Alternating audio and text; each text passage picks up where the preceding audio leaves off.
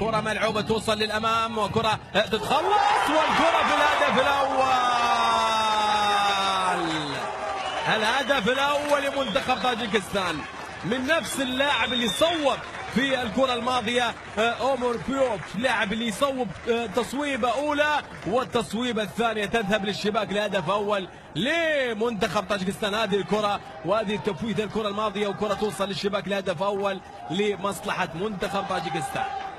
هدف أول في الدقائق الأولى، 9 دقائق فقط ليعلن المنتخب الطاجيكي. الصاصي يا سلام يا علاء، يا سلام يا الصاصي، واحدة كرة لليمن ممكن التسديد والكرة ملعوبة من جهة اليمين والكرة عندي جول جول جول جول.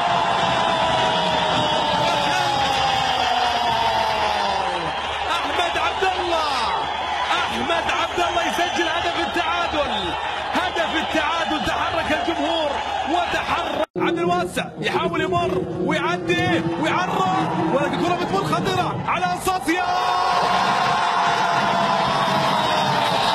الله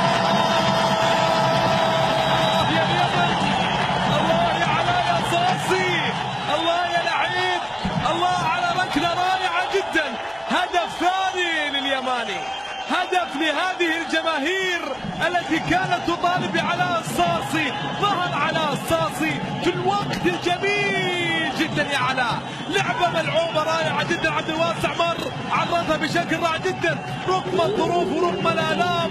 هنا يظهر علاء الصاصي بشكل رائع جدا، يضع الكرة في الزاوية الصعبة لحارس المرمى المنتخب الطاجيكي. ثاني الأهداف لمنتخب اليمن. علاء الصاصي لعبها